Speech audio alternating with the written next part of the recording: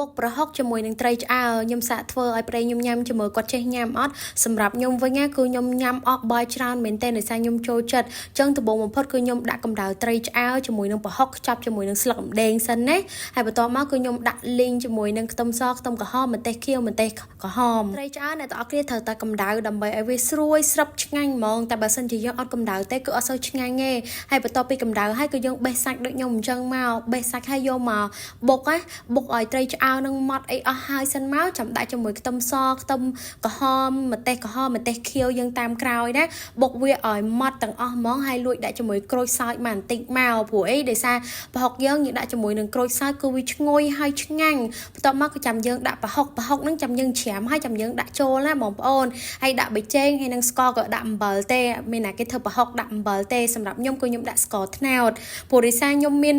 មិត្តភក្តិម្នាក់ខ្ញុំក៏មកទៅមែនតើ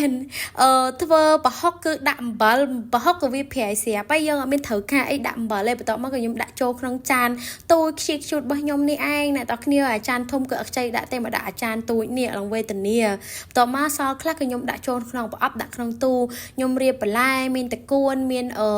ស្ដាយគួរមានពពាយមានអីចឹងណាបងប្អូនចូលចិត្តបន្លែណាបងប្អូនដាក់បន្លែហ្នឹងទៅតែសម្រាប់ខ្ញុំចូលចិត្តបំផុតគឺទំពាំងជាមួយនឹងអាកូនម្រះទូចហ្នឹងអូយឆ្ងាញ់ណាស់ហើយកុំភ្លេចឲ្យសោះជាមួយនឹងជីនាងវងហើយក្រូចឆ្មា